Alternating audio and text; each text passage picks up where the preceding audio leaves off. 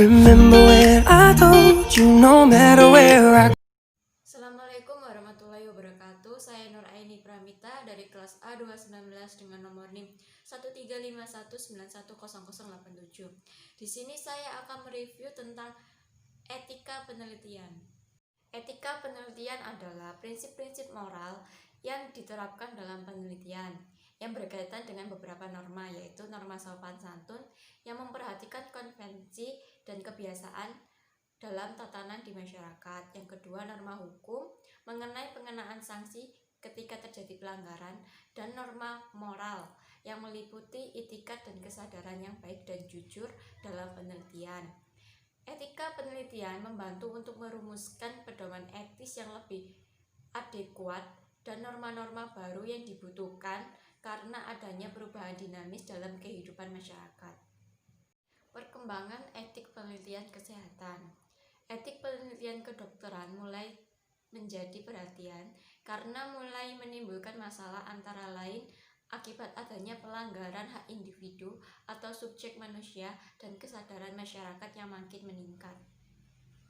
Penelitian yang harus meminta persetujuan etik atau ethical clearance atau EC adalah sebagai berikut.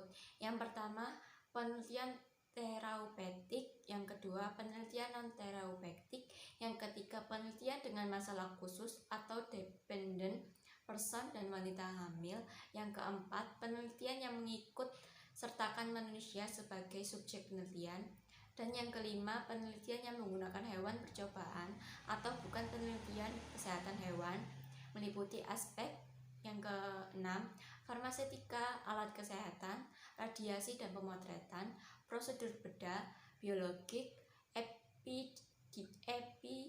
epidemiologik, rekam medis, sosial, dan psikososial.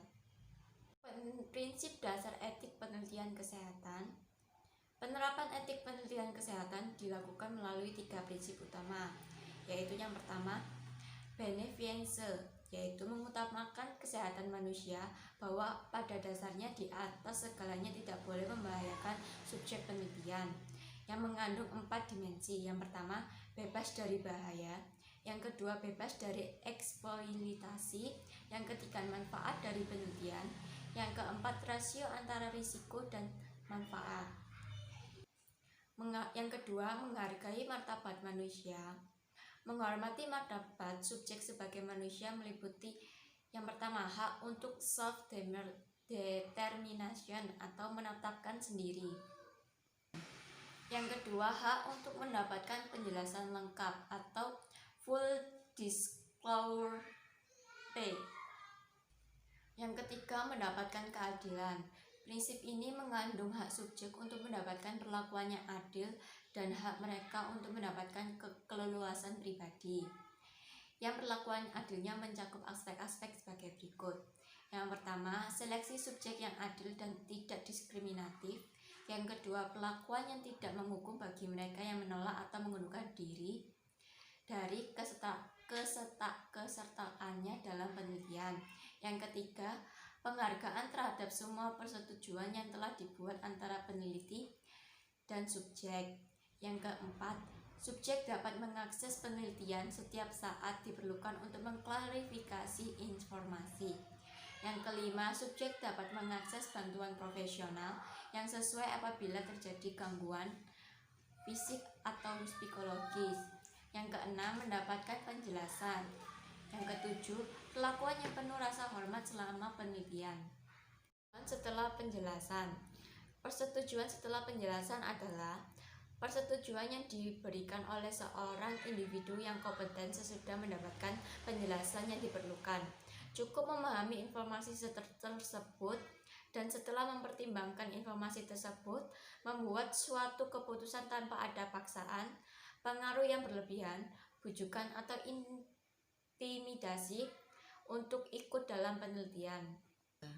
Persyaratan umum persetujuan setelah penjelasan PSP adalah sebagai berikut. Yang pertama, PSP harus diperoleh secara prospektif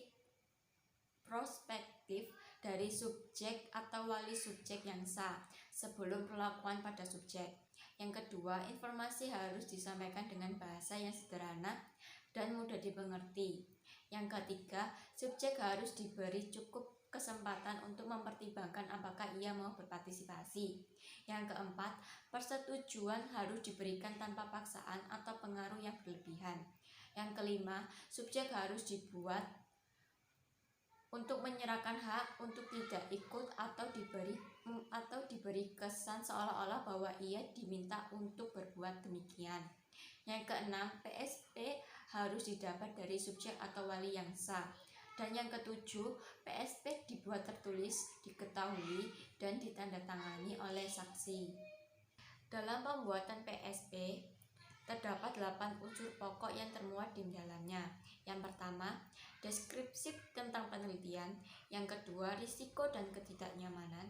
Yang ketiga, manfaat. Yang keempat, alternatif prosedur dan pengobatan. Yang kelima, jaminan kerahasiaan. Yang keenam, kompensasi. Yang ketujuh, kontak. Yang kedelapan, partisipasi sukarela.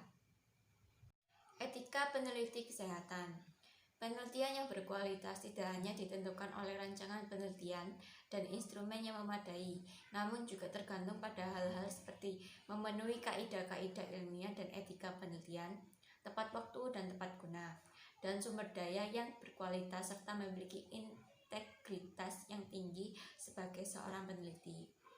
Tanggung jawab utama sebagai seorang peneliti adalah melindungi hak dan kesejahteraan manusia dan pemanfaatan hewan coba sebagai subjek penelitian.